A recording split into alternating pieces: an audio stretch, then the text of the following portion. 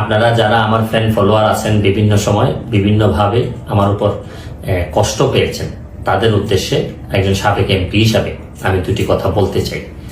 আমি আপনাদের এই সংস্কার, কোটা সংস্কার যে আন্দোলন, এই আন্দোলনে বা বৈষম্য বিরোধী ছাত্র আন্দোলন, এই আন্দোলনে কোটা সংস্কারের জন্য আমি সবসময় আপনাদের সাথে ছিলাম এবং এটাতে যারা আহত নিহত হয়েছেন তাদের পক্ষেও, এই বিচারের পক্ষেও আমি ছিলাম।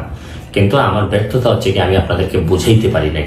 এটার জন্য আমি সম্পূর্ণ ব্যর্থ হয়েছি এবং আমি এই ব্যর্থ হওয়ার জন্য আমার যারা ফলোয়ার আছেন, যারা আমাকে নিয়ে প্রত্যাশা করেছেন, সবার কাছে আমি দুঃখ প্রকাশ করতেছি। আমি আপনাদেরকে আরেকটি কথা বলতে চাই।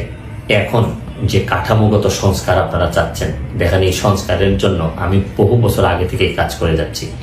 আপনারা দেখেন এই দুর্নীতির বিরুদ্ধে যুদ্ধ গত 15 বছরে আপনারা যে 2-3 জন মানুষ দুর্নীতির বিরুদ্ধে সোচ্চার ছিলেন, এর মধ্যে হয়তো আমাকে একজন আপনারা পাবেন।